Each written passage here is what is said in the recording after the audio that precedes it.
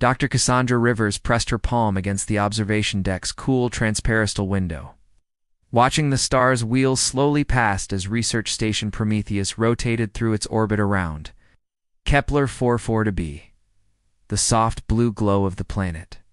Below painted her reflection in ethereal light, but her mind was elsewhere, lost in the neural pathway diagrams that had consumed her thoughts for weeks. At 28, Cass had already revolutionized human neural interface technology. Her breakthrough work on quantum-entangled synaptic bridges had earned her a place aboard humanity's most advanced medical research facility. But tonight, something felt different. The universe seemed to hum with possibility, as if the very cosmos were holding its breath. The gentle chime of her communicator interrupted her thoughts. Dr. Rivers to Medical Bay 7, came the crisp voice of Dr. Hendricks, the station's chief medical officer. We have an incoming emergency. Cass straightened, her reflection vanishing as she stepped away from the window. Emergency calls were rare on Prometheus. The station maintained strict protocols, and most of its inhabitants were seasoned researchers and diplomats. She made her way through the gleaming corridors, her soft-soled shoes silent against the polished floors. Medical Bay 7 was already bustling with activity when she arrived. Nurses scurried between monitoring equipment while Dr. Hendricks barked orders with military precision. But it was the figure on the bio-bed that made Cass's breath catch in her throat. She was beautiful, in an otherworldly way that made human concepts of attractiveness seem pale and limited. Her skin held the deep crystalline blue of Volante heritage, seeming to catch and reflect light from within. Silver hair cascaded over the pillow like liquid starlight, and even unconscious, there was an ethereal grace to her features that spoke of a species evolved among the gas clouds of distant nebulae. Lieutenant Zeraphine Kethvel, Dr. Hendricks said, noting Cass's arrival. Volanta Diplomatic Corps. Her fighter experienced a cascade failure during approach and crashed into Docking Bay 12. Cass moved closer, her trained eye immediately cataloging the patient's condition. The Volante's breathing was shallow but steady, and the biomonitors showed stable vital signs. But something about her posture, the way her legs lay utterly still against the bed, sent a chill down Cass's spine. Spinal trauma? She asked quietly. Dr. Hendricks nodded grimly. Preliminary scans show severe damage to her neural pathways. The crash sent feedback through her ship's neural interface, basically frying every connection below her third lumbar vertebra. The weight of those words settled over the room like a shroud.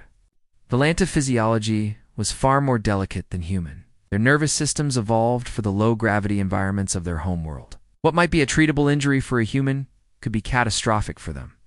Has anyone contacted Volante? Medical? Cass asked, though she already suspected the answer. They're 3 days away at minimum, Dr. Hendricks replied. And frankly, I'm not sure they have the technology to fix this.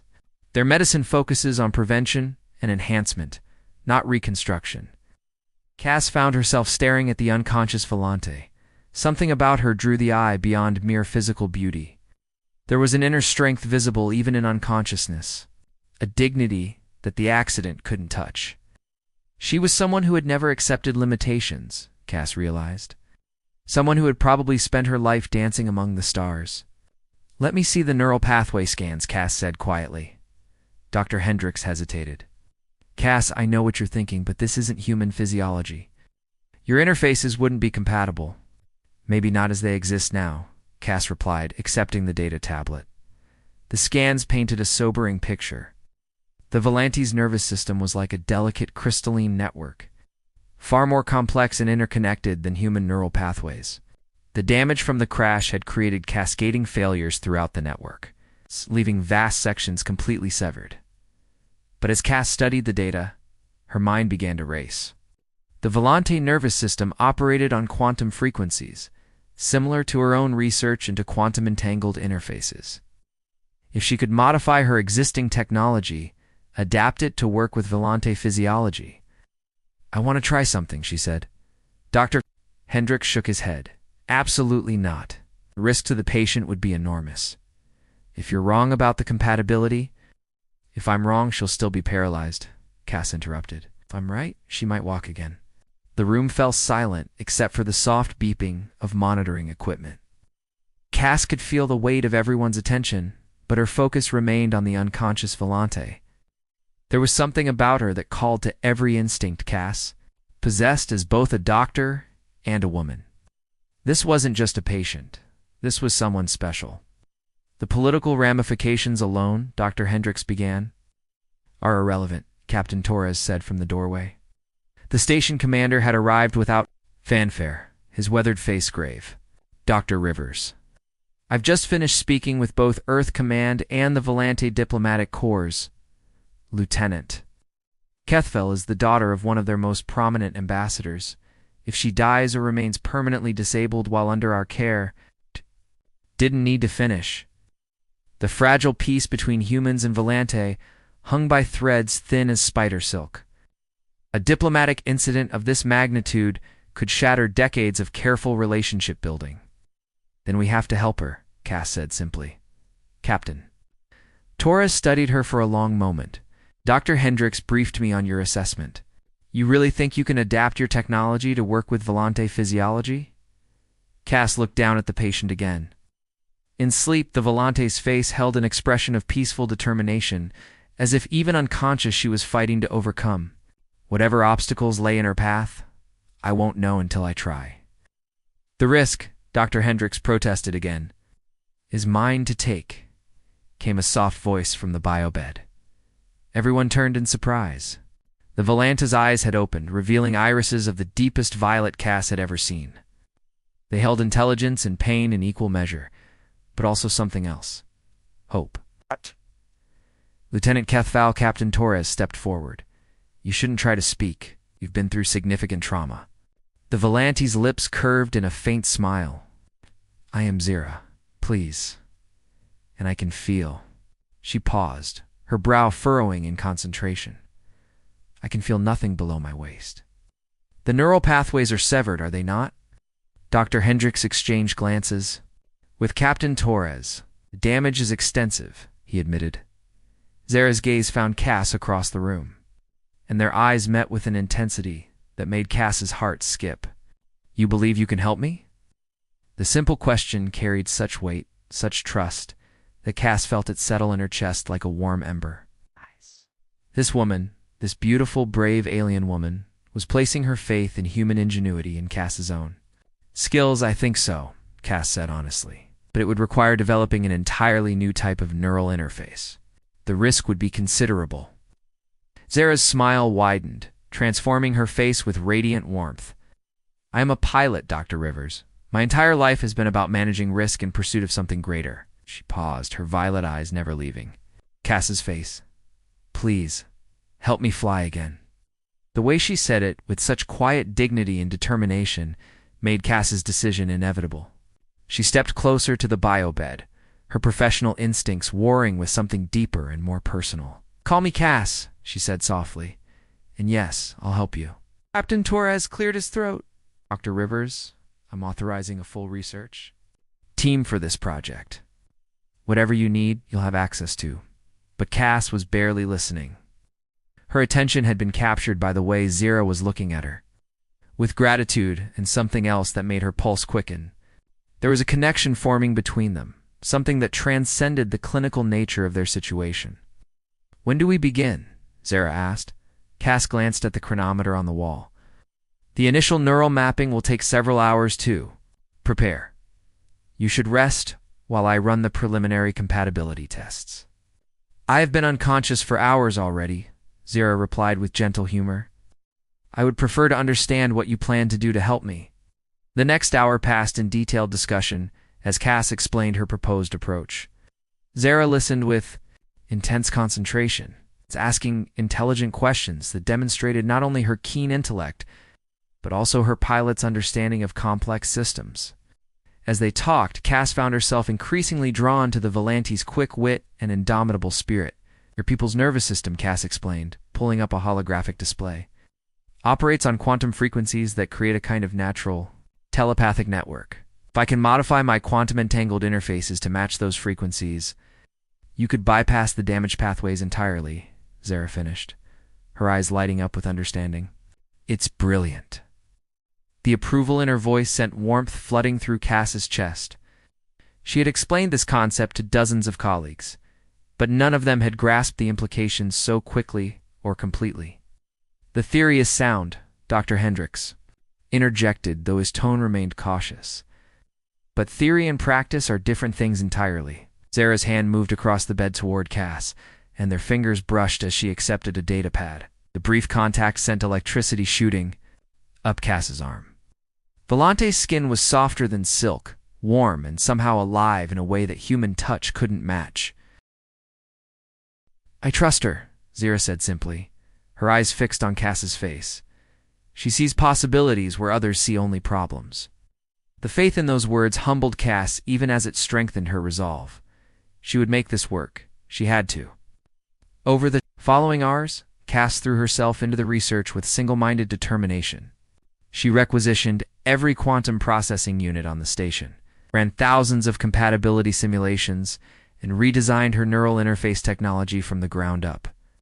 Through it all, Zara remained an active participant, offering insights into Volante physiology that proved invaluable. As the station's night cycle deepened around them, they found themselves alone in the medical bay. The other staff had retired or moved to different duties, leaving just the two of them surrounded by the soft glow of holographic displays and the quiet hum of processing equipment. You don't have to stay awake, Cass said, noting the fatigue in Zara's violet eyes. This could take several more hours. I want to, Zara replied. Besides, I find your work fascinating. What you in innovation is quite remarkable. Cass felt heat rise in her cheeks at the compliment. We're pretty good at finding creative solutions to impossible problems. And do you often work this late into the night for your patients?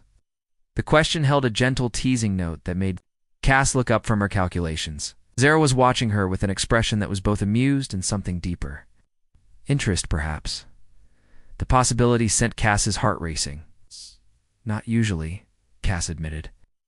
But then, most of my patients aren't quite so remarkable.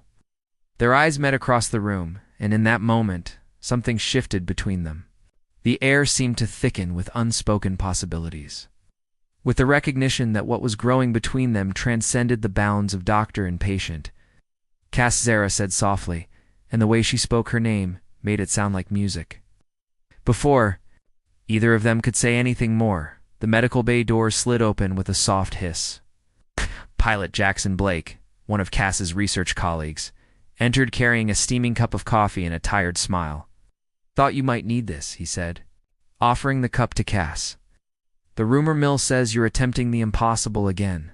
Cass accepted the coffee gratefully, using the moment to regain her composure. Just expanding the boundaries of possible jocks, and succeeding, from what I hear. Jackson's gaze moved to Zara, and his expression shifted to one of respectful admiration. Lieutenant, it's an honor. I was part of the team that analyzed your flight recorder data. Your piloting during the Cascade failure was extraordinary. Lesser pilots would have been killed instantly. Zara inclined her head gracefully. You are kind, though I fear my extraordinary piloting still resulted in this predicament. 8. Which Dr. Rivers is going to fix, Jackson said with confidence. Yep. Anyone can make this work. It's her. The easy faith in his voice warmed Cass, even as it added pressure to an already impossible task. But as she looked at Zara, saw the trust and growing affection in those violet eyes, she felt her determination crystallize into absolute certainty. She would make this work.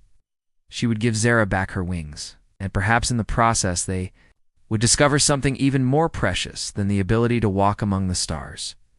3 days had passed since Cass began working on the neural interface modifications, and the medical bay had transformed into something resembling a high-tech laboratory crossed with a cozy living space.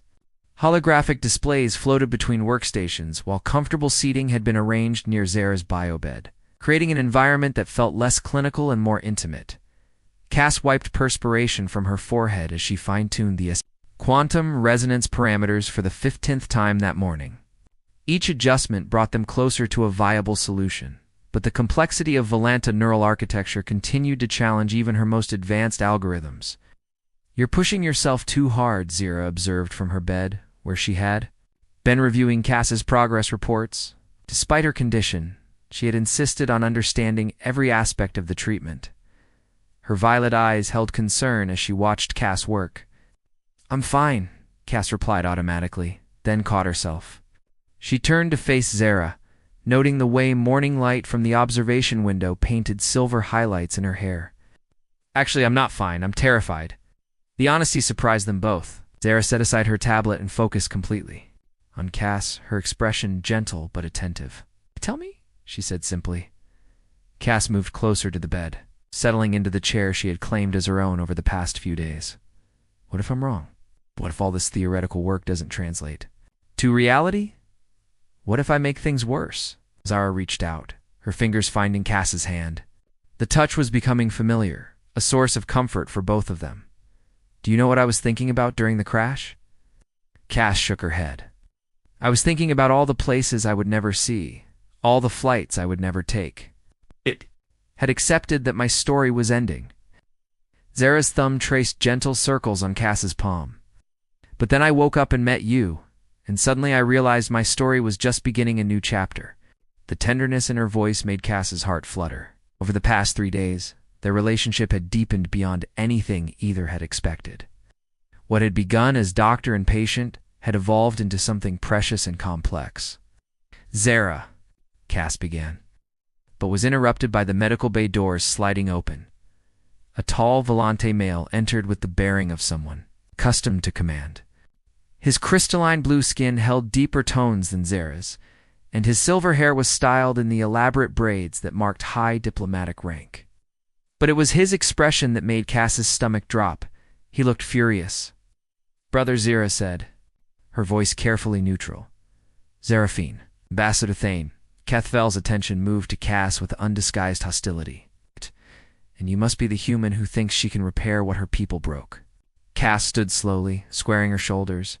"Ambassador Kethvel, I'm Dr. Cassandra Rivers." "I know exactly who you are," Thane replied coldly.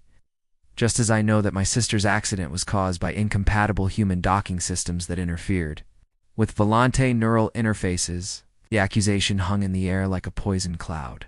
Cass felt anger flare in her chest, but Zara's voice cut through the tension before she could respond. "Enough, Thane." Despite being confined to bed, Zara's tone carried absolute authority. "The accident was not Dr. Rivers' fault, and she has been working tirelessly to help me." Thane's expression softened slightly as he looked at his sister, but his suspicion of Cass remained evident. "Zaraphine, I've come to take you home. Our medical facilities may not be able to repair the damage, but they can ensure your comfort and dignity." "My dignity is intact," Zara replied firmly. "And Dr. Rivers believes she can restore my mobility completely." "Human experimental procedures," Thane scoffed. "Applied to Volante physiology they barely understand. The risk of permanent neural damage or death is enormous." Cass found her voice. "Ambassador, I understand your concerns, but I've spent 72 hours studying Volante neural architecture. The quantum frequency matching is nearly perfect, and the preliminary tests show excellent compatibility." "Preliminary tests," Thane repeated. "On computer simulations, not living tissue, which is why we're proceeding with extreme caution," Dr. Hendricks said as he entered the bay, followed by Captain Torres and a woman Cass didn't recognize. "Dr. Morrison?" Captain Torres said, gesturing to the newcomer.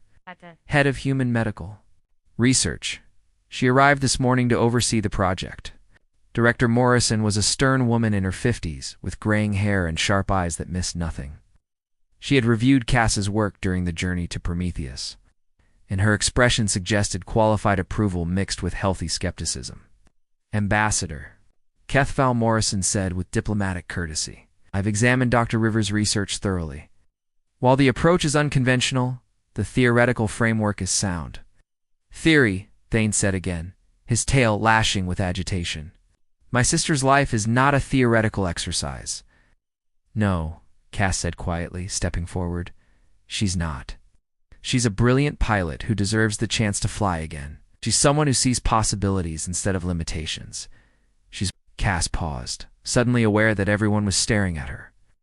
"She's important." The way she said the last words, with such heartfelt conviction, made the room fall silent.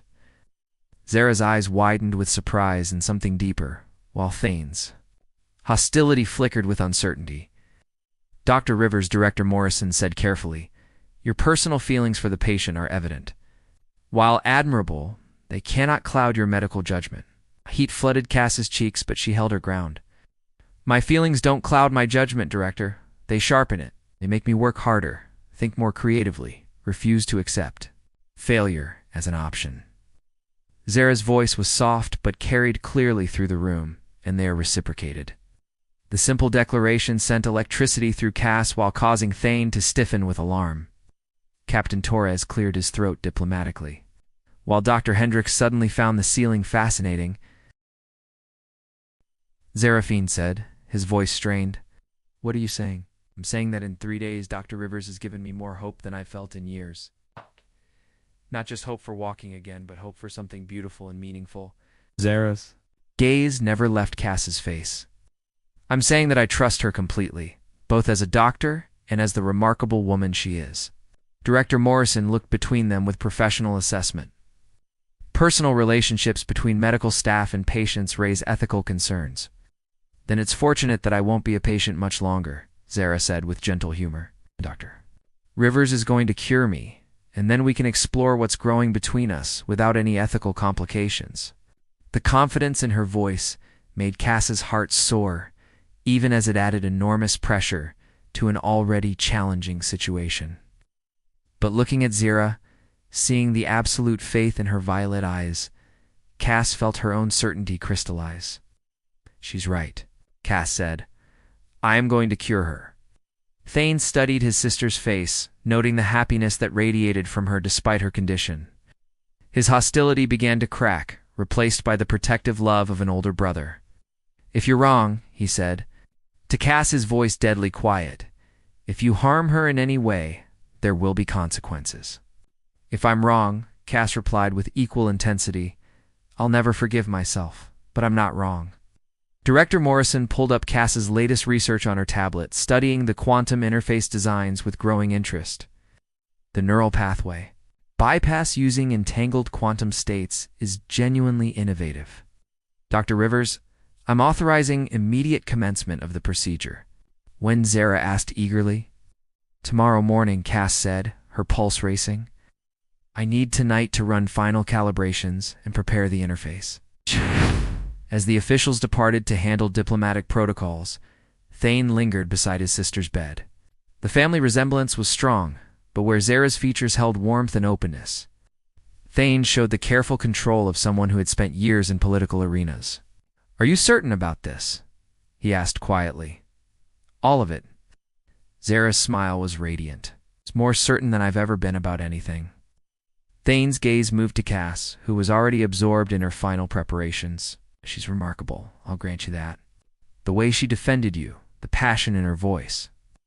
"She sees me," Zara said simply. "Not my condition, not my political connections, not my species. She sees me."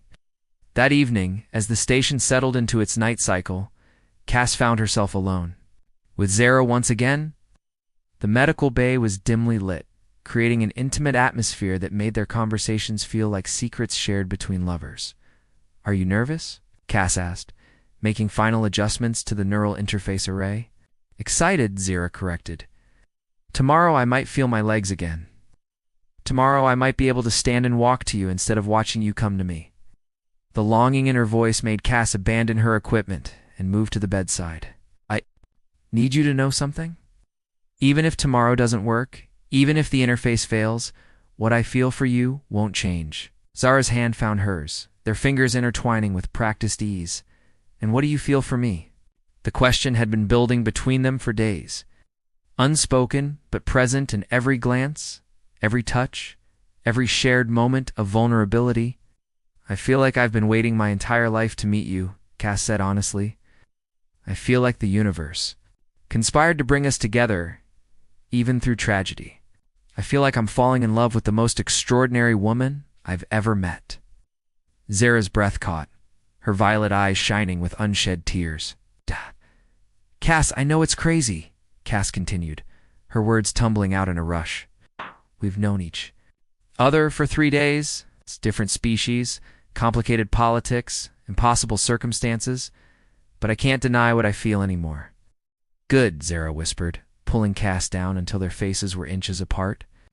Because I've been falling in love with you since the moment you promised to help me fly again.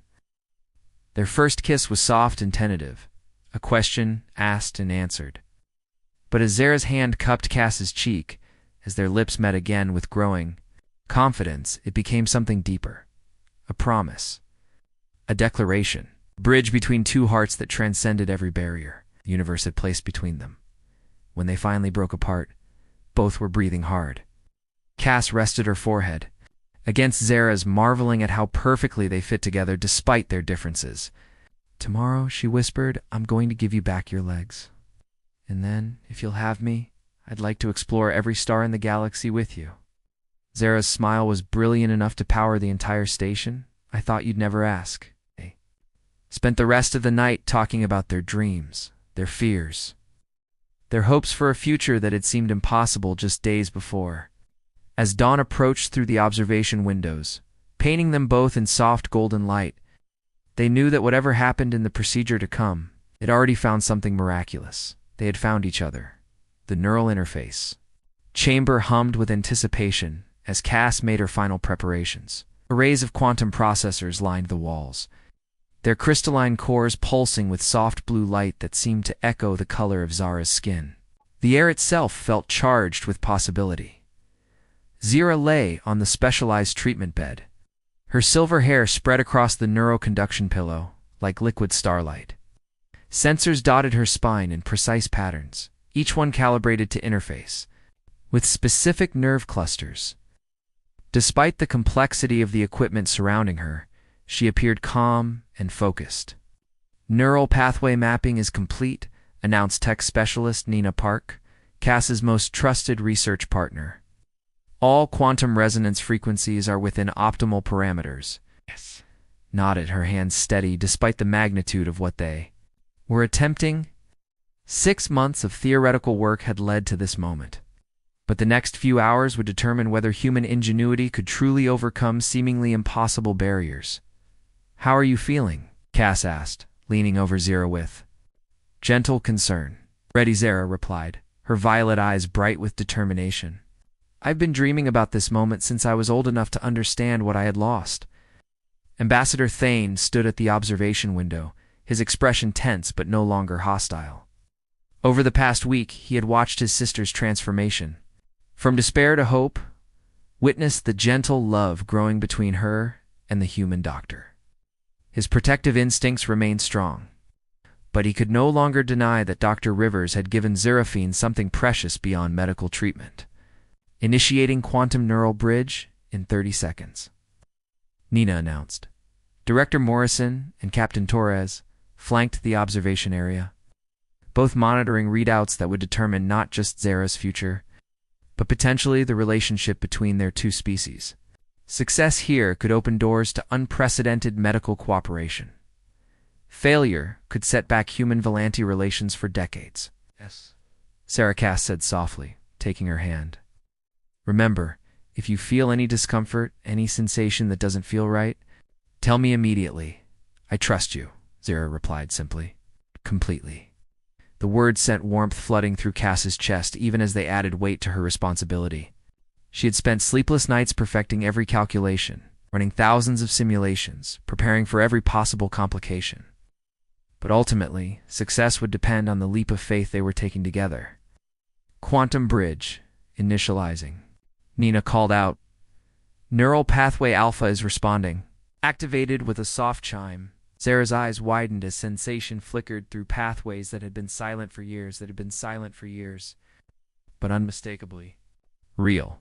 I can feel something, she whispered, wonder coloring her voice, like warmth flowing down my spine. Cass monitored the readouts carefully, watching as quantum-entangled particles created new bridges across damaged neural tissue. The Volanti nervous system was responding exactly as her models had predicted, accepting the artificial pathways as if they belonged. Neural pathway beta is online, Nina reported, excitement creeping into her professional tone. Sensation recovery. At 40% in climbing, Zara gasped softly, her back arching slightly as feeling returned to areas that had been numb for years. Cass, I can feel my legs. Actually feel them, not just remember what feeling was like. The joy in her voice made Cass's heart race. Around the observation deck, murmurs of amazement rose from the assembled officials and medical staff. Even Thane's stern expression had cracked, revealing the hope he had been trying to suppress. Initiating motor function protocols, Cass announced. Her voice steady, despite her internal excitement. Zara, I want you to try to move your toes. For a moment, nothing happened. Then, slowly, almost imperceptibly, Zara's toes curled against the treatment bed. The simple movement sent cheers through the observation deck and brought tears to Cass's eyes. Oh my stars, Zara breathed, staring down at her feet in wonder. I can move them. I can actually move them. Motor function integration at 60%, Nina called out.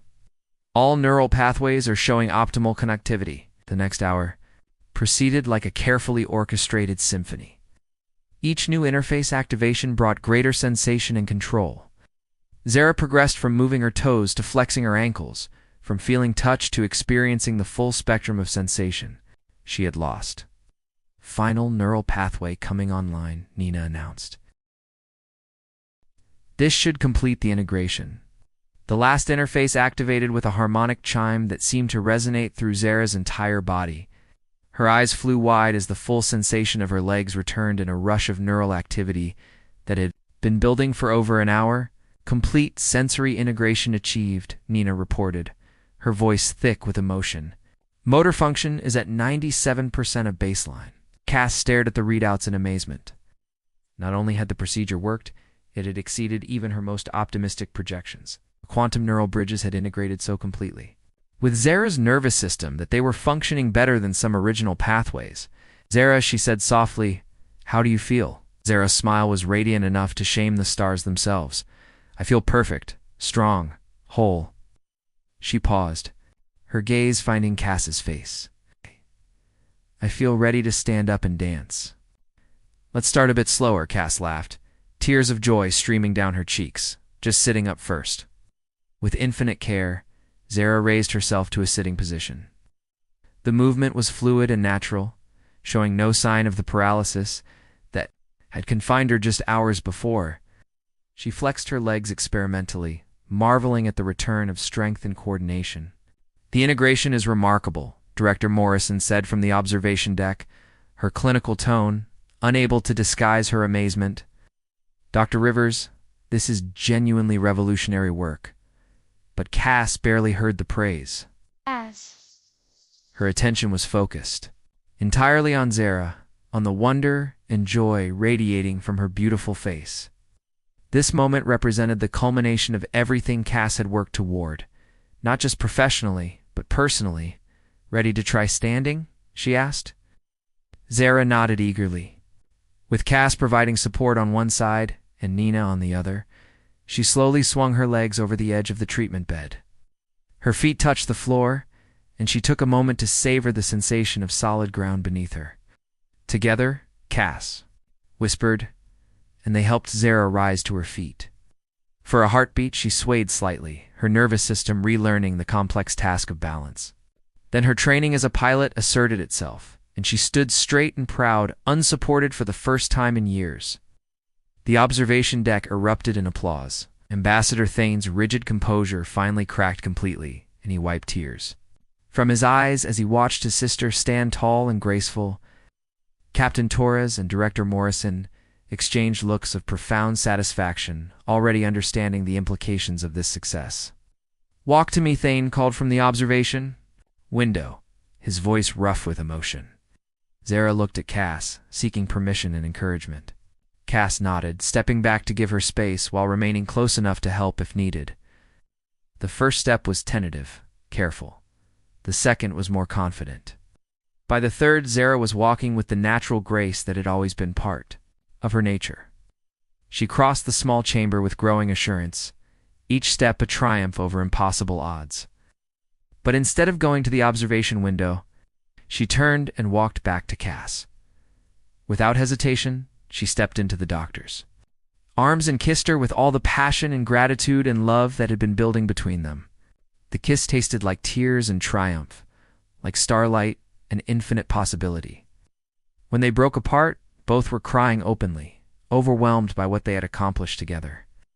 "You did it," Zara whispered against Cass's lips. "You gave me back my life." "We did it," Cass corrected. "Your courage, your trust, your determination." Shh. "I just provided the technology." High Counselor Vexstar arrived later that day with an official Volante delegation, prepared to investigate the circumstances of Lieutenant Kethvel's accident and evaluate human medical capabilities. What they found instead was a miracle that would reshape interspecies relations. "The quantum neural interface represents a breakthrough that could help thousands of our people," the counselor announced after reviewing the medical data. "Dr. Rivers, the Volante Cooperative would be honored to establish a joint research initiative with your people." Admiral Richardson, representing human interests, nodded approvingly. "Earth Command is prepared to commit significant resources to expanding this program. The potential applications extend far beyond spinal injuries." The political implications were staggering. What had begun as a desperate attempt to help one patient had evolved into a foundation for unprecedented cooperation between species. But for Cass and Zara, the larger picture mattered less than their personal triumph. That evening, they stood together on the station's main observation deck, watching the stars wheel past in their eternal dance. Zara moved with fluid grace, showing no sign of her recent paralysis. The quantum neural interfaces had integrated so completely that they were now a seamless part of her physiology. "Where do we go from here?" Cass asked, her hand finding Zara's. "Everywhere," Zara replied, her eyes bright with dreams of adventure. "The Volante Cooperative wants me to head the Joint Medical Research Program. I'll be working directly with human scientists to expand this technology." That sounds like a perfect assignment for a former pilot who understands both risk and possibility. Zara turned to face her, violet eyes shining with love and determination. "Only if you'll be my partner in all of it. The research, the adventures, the exploration of everything the universe has to offer." Cass felt her heart swell with happiness so intense it was almost painful. "Are you asking me to come with you to explore the galaxy?" "I'm asking you to explore everything with me," Zara said softly. "Every star, every world, every possibility, our two species can discover together. I'm asking you to be my partner in love and life and science." The proposal was everything Cass had dreamed of, and more. Adventures among alien worlds, groundbreaking research that could help millions, and a love that transcended every barrier the universe could place between them. "Yes," she said simply. "To all of it. Always yes." Their kiss tasted like promises. In starlight, like quantum possibilities and infinite tomorrows. Around them, the cosmos spun on in its ancient patterns, but for two hearts that had found each other across the void. The universe had suddenly become a much smaller, warmer place. 6 months later, their mobile research vessel departed Prometheus, stationed with a mixed crew of humans and Volante, carrying quantum neural interface technology to colonies throughout the galaxy. In the captain's quarters, Dr. Cassandra Rivers and Director Zaraphine Kethvel planned their next destination while reviewing reports of successful treatments across a dozen worlds. The mining colony on Kepler 438b is reporting complete recovery. "In all patients," Zara announced, reading from her data tablet, "spinal cord injuries that would have been permanent are now treatable in a matter of hours." And the research station near the Veil. "Nebula wants to explore applications for enhancing telepathic abilities in non-telepathic species," Cass added. "Apparently, some humans are showing remarkable adaptation to Volante-style neural networks." They worked in comfortable silence, two minds perfectly attuned to each other through months of collaboration and love. The quantum neural interfaces that had brought them together had evolved into something far greater than either had imagined. "Possible? Ready for our next adventure?" Zara asked as they prepared to jump to their next destination. Cass looked out at the stars streaming past, thinking of all the worlds they would visit, all the people they would help, all the wonders they would discover together. "With you," she said, taking Zara's hand and feeling the familiar warmth that still made her heart race. "I'm ready for anything the universe wants to throw at us."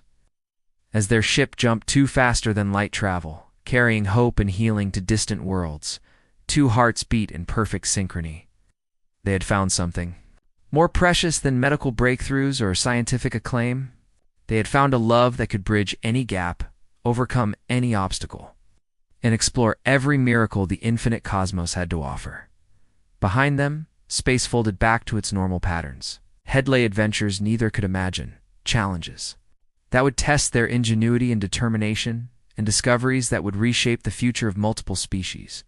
But in their shared quarters, surrounded by the soft hum of starship engines and the gentle glow of navigation lights, Dr. Cassandra Rivers and Director Zeraphine Kethvel held each other close and dreamed of tomorrows filled with endless possibility. The stars had brought them together through tragedy and triumph. Now, together, they would carry hope and healing to every corner of the galaxy, proving that love truly could conquer any distance, overcome any barrier, and make even the impossible seem as natural as breathing. Their story had begun with an accident that changed everything. It would continue as long as there were stars to explore and hearts to heal, a testament to the power of human ingenuity, alien wisdom, and a love that transcended every boundary the universe could devise.